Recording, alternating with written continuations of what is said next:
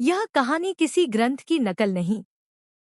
यह कहानी है एक संकल्प की, एक ऐसे मनुष्य की जिसने टूटना स्वीकार किया लेकिन झुकना नहीं।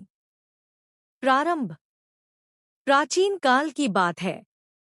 सूर्यवंश में जन्मा एक प्रतापी राजा, राजा धर्मकेतु। राजा धर्मकेतु का राज्य समृद्ध था, प्रजा सुखी थी और न्याय इतना कठोर कि अन्याय सोचने से पहले अपराधी कांप उठते थे।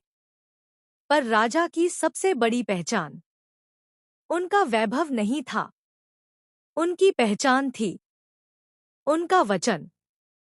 जो एक बार कह दिया वह पत्थर की लकीर बन जाता। संगीत देव सभा में विवाद। एक दिन देवलोक में चर्चा छिड़ी, धरती पर सबसे सत्यनिष्ठ कौन? एक ऋषि बोले, राजा धर्मकेतु जैसा सत्यनिष्ठ आज पृथ्वी पर कोई नहीं। पर यह सुनकर तपस्वी ऋषि कौशिक मौन न रह सके। उनकी आंखों में अहंकार की ज्वाला थी।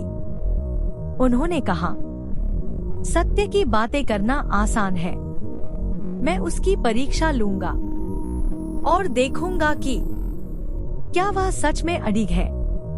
संगीत देवता मौन रहे, क्योंकि वे जानते थे अब परीक्षा कठोर होगी। परीक्षा की शुरुआत। एक दिन राजा धर्मकेतु वन भ्रमण पर थे। तभी एक स्त्री रोती हुई उनके सामने गिरी।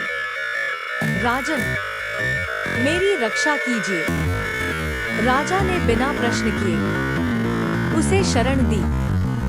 पर वही स्त्री क्षण भर में अदृश्य हो गई और सामने प्रकट हुए ऋषि कौशिक। राजा ने तुरंत नमन किया।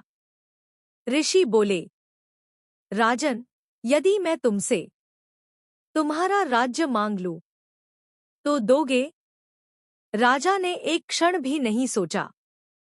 यदि यह धर्मसम्मत है तो आज ही। संगीत राज्य का त्याग। अगले ही दिन राजा ने सिंहासन त्याग दिया। राजमहल छूट गया, सेनाएं छूट गईं, सम्मान पीछे रह गया। पर राजा के चेहरे पर पश्चाताप नहीं था। उनके साथ थी रानी धर्मवती और पुत्र वीरांश। तीनों वल्कल वस्त्रों में नगर से बाहर चले गए। संगीत पतन की गहराई। दिन बीतते गए, भूख बढ़ती गई, नगर दर नगर भटकना पड़ा।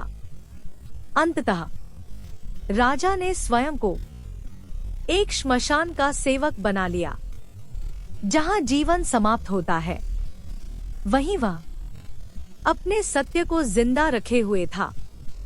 वहीं एक दिन रानी अपने मृत पुत्र को गोद में उठाए श्मशान पहुंची।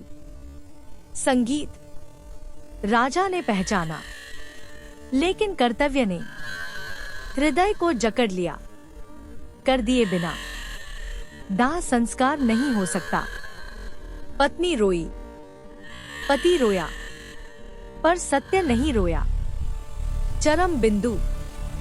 तभी आकाश फटा, प्रकाश फैला, देवता प्रकट हुए। ऋषि कौशिक का अहंकार टूट चुका था। उन्होंने कहा, राजन, तुमने सिद्ध कर दिया कि